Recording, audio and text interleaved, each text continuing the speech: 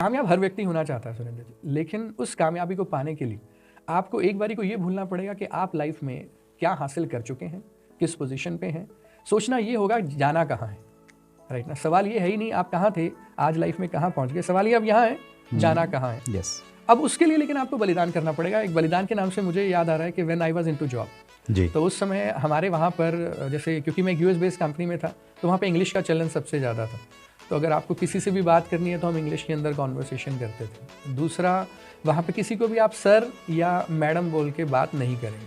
तो आप सोच के देखिए, एक व्यक्ति जो आपसे शायद 2 गुना 3 गुना या 4 गुना कमाता है, उम्र में भी शायद आपसे 10 साल या 20 साल ज़्यादा एक्सपीरियंसड है, but it was a kind of culture. आप बोल लीजिए कि एक MNC कंपनी का ये कल्चर होता है कि अगर मुझे वहाँ पे आपको भी बुलाना है और आप मेरे बॉस हैं तो वहाँ पे मेरे को सुरेंद्र कह के ही आपको बुलाना होगा, राइट है। अब उस माहौल के अंदर मैं करीब 3 साल जॉब के अंदर रहा और जब इस बिज़नेस के अंदर आया तो मेरे लिए ये सबसे बड़ा चैलेंज था कि यहाँ पर इंग्लिश की जगह हिंदी की ज़रूरत पड़ने वाली।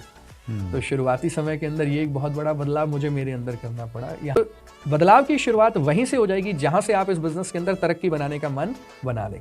लेकिन आज इस चैनल के माध्यम से अगर मैं बोलूं कि आपको क्या बदलाव करने चाहिए तो मेरे को ऐसा लगता है 3 बदलाव के ऊपर आपको सबसे ज़्यादा हमारे श्रोताओं को या जो लोग प्रोफेशनली डायरेक्ट सेलिंग को करना चाहते हैं उनको काम करना चाहिए।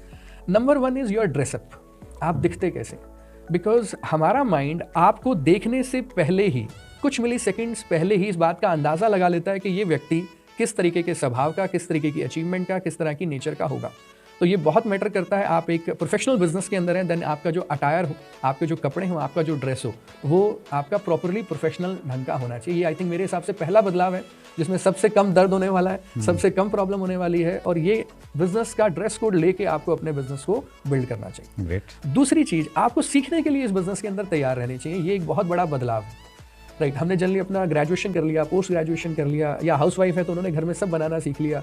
लेकिन मुझे लगता है ज़िंदगी में किसी भी व्यक्ति को आगे बढ़ने के लिए ये दूसरी कंडीशन रहेगी, डायरेक्ट सेलिंग में खास करके, कि आपको सीखने के लिए तैयार रहना पड़ेगा। और हो सकता है आपको ऐसे लोगों से भी सीखना पड़े जो उम्र में आपसे कम है, स्मार्टनेस में आपसे कम है, लेकिन अचीवमेंट में आपसे ज़्यादा है।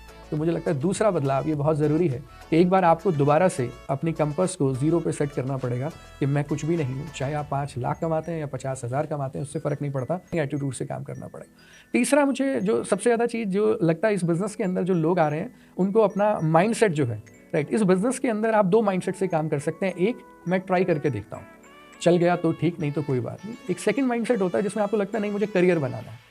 और यही 2 माइंडसेट हैं जो एक प्रोफेशनल अचीवर डायरेक्ट सेलर को पैदा कर रहा है, एक माइंडसेट है जो फेलियर्स को पैदा कर रहा है। ग्रेट। तो तीसरा बदलाव अगर कोई व्यक्ति करना चाहे, जो मुझे लगता है मेरे हिसाब से बहुत ज़्यादा ज़रूरी है, हर प्रोफेशनल डायरेक्ट सेलर जो इसको आगे बढ़ना चाहता है उसे तीसरा बदलाव ये करना है कि मुझे डायरेक्ट सेलिंग में उस भीड़ का हिस्सा नहीं बनना कि लोग आते हैं कुछ समय के बाद चले जाते हैं। मेरे को उस जगह का हिस्सा बनना है, लोग आते हैं, प्रॉब्लम, फेलियर, सक्सेस सब चलता रहेगा, लेकिन मुझे एक अचीवर बन के यहाँ से निकलना है। तो ये 3 बदलाव मैं स्ट्रांगली। क्या बात है।